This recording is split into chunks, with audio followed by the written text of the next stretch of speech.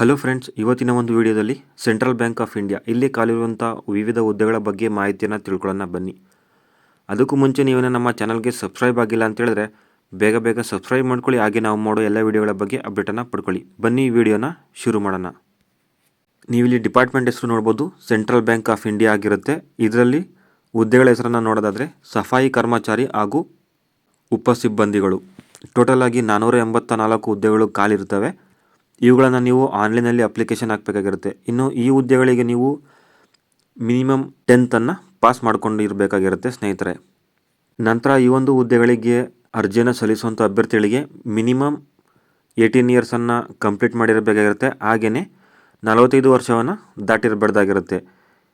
ನಂತರ ಈ ಒಂದು ಹುದ್ದೆಗಳಿಗೆ ವೇತನ ಶ್ರೇಣಿನ ನೋಡೋದಾದರೆ, ಈ ಒಂದು ಹುದ್ದೆಗಳಿಗೆ ಆಯ್ಕೆಯಾಗುವ ಅಭ್ಯರ್ಥಿಗಳಿಗೆ ನೋಟಿಫಿಕೇಷನ್ ಪ್ರಕಾರ ಏನು ಮಾಸಿಕ ವೇತನವನ್ನು ನಿಗದಿಪಡಿಸಲಾಗಿರುತ್ತೆ ಅದೇ ರೀತಿಯಾಗಿ ವೇತನ ಶ್ರೇಣಿ ಇರುತ್ತದೆ. ಇನ್ನು ಈ ಒಂದು ಹುದ್ದೆಗಳಿಗೆ ಅಪ್ಲಿಕೇಶನ್ ಫೀಸನ್ನು ನೋಡೋದಾದರೆ, ಸಾಮಾನ್ಯ ಅಭ್ಯರ್ಥಿಗಳು ಹಾಗೂ ಹಿಂದುಳಿದ ವರ್ಗದ ಅಭ್ಯರ್ಥಿಗಳಿಗೆ 850 ರು ಅರ್ಜಿ ಶುಲ್ಕ ಆಗಿರುತ್ತದೆ. ನಂತರ SC/ST ಹಾಗೂ ಪ್ರವರ್ಗ 1 ಮತ್ತು ಅಂಗವಿಕಲ ಹಾಗೂ ಮಹಿಳಾ ಅಭ್ಯರ್ಥಿಗಳಿಗೆ 175 ರು ಅರ್ಜಿ ಶುಲ್ಕವನ್ನು ನಿಗದಿಪಡಿಸಲಾಗಿದೆ. ಇನ್ನು ಆಯ್ಕೆ ವಿಧಾನ ಯಾವ ರೀತಿಯಾಗಿ ಇರುತ್ತೆ ಅಂತ ನೋಡೋದಾದರೆ, ಈ ಒಂದು ಹುದ್ದೆಗಳಿಗೆ ಅರ್ಜಿ ಸಲ್ಲಿಸಿದ ಅಭ್ಯರ್ಥಿಗಳನ್ನು ಆನ್ಲೈನ್ನಲ್ಲಿ ಲಿಖಿತ ಪರೀಕ್ಷೆ ಮತ್ತು ಡೈರೆಕ್ಟ್ ಇಂಟರ್ವ್ಯೂ ಮೂಲಕ ಆಯ್ಕೆಯನ್ನು ಮಾಡಿಕೊಳ್ಳುತ್ತಾರೆ. ಇನ್ನು ಈ ಒಂದು ಹುದ್ದೆಗಳಿಗೆ ಅರ್ಜಿಯನ್ನು ಸಲ್ಲಿಸಲು 22 ಡಿಸೆಂಬರ್ 2023ರಿಂದ 9 ಜನವರಿ 2024ರವರೆಗೆ ಡೇಟನ್ನು ಫಿಕ್ಸ್ ಮಾಡಿದ್ದಾರೆ.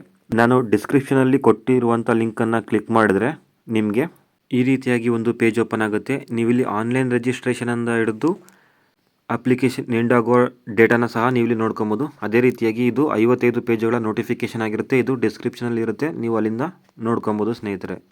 ನಂತರ ಅಪ್ಲೈ ಲಿಂಕ್ ಮೇಲೆ ಕ್ಲಿಕ್ ಮಾಡಿದ್ರೆ ನಿಮಗೆ ಈ ರೀತಿಯಾಗಿ ಒಂದು ಪೇಜ್ ಓಪನ್ ಆಗುತ್ತೆ. ನೀವು ಇದರಲ್ಲಿ ನ್ಯೂ ರಿಜಿಸ್ಟ್ರೇಷನ್ ಮಾಡೋದಿದ್ರೆ ನ್ಯೂ ರಿಜಿಸ್ಟ್ರೇಷನ್ ಮೇಲೆ ಕ್ಲಿಕ್ ಮಾಡಬೇಕಾಗಿರುತ್ತೆ. ನಂತರ ಆಲ್ರೆಡಿ ರಿಜಿಸ್ಟರ್ಡ್ ಆಗಿದ್ರೆ ಇಲ್ಲಿ ನಿಮ್ಮ ಒಂದು ರಿಜಿಸ್ಟ್ರೇಷನ್ ನಂಬರ್ ಮತ್ತು ಪಾಸ್ವರ್ಡನ್ನು ಹಾಕಿ ಲಾಗಿನ್ ಮಾಡಬೇಕಾಗಿರುತ್ತೆ. ನೀವು ಇಲ್ಲಿ ನೋಡ್ಬೋದು, click here for new registration. ಇದ್ರ ಮೇಲೆ ಕ್ಲಿಕ್ ಮಾಡಿದ್ರೆ ನಿಮಗೆ ಬೇಸಿಕ್ ಇನ್ಫಾರ್ಮೇಷನ್ನ ಇಲ್ಲಿ ಎಂಟ್ರಿ ಮಾಡೋದಕ್ಕೆ ಇರುತ್ತೆ. ಇದನ್ನು ಎಂಟ್ರಿ ಮಾಡಿ ರಿಜಿಸ್ಟ್ರೇಷನನ್ನು ಮಾಡ್ಕೊಬೇಕಾಗಿರುತ್ತೆ. ಸೊ ಈ ಒಂದು ಹುದ್ದೆಗಳ ಮಾಹಿತಿ ನಿಮಗೆ ಇಷ್ಟ ಆಗಿದರೆ ದಯವಿಟ್ಟು ಲೈಕ್ ಮಾಡಿ, ಶೇರ್ ಮಾಡಿ. ಹಾಗೆ ಅತಿ ಹೆಚ್ಚಿನ ಹುದ್ದೆಗಳ ಮಾಹಿತಿಗಾಗಿ ನಮ್ಮ ಚಾನಲನ್ನು ಸಬ್ಸ್ಕ್ರೈಬ್ ಮಾಡ್ಕೊಳ್ಳಿ.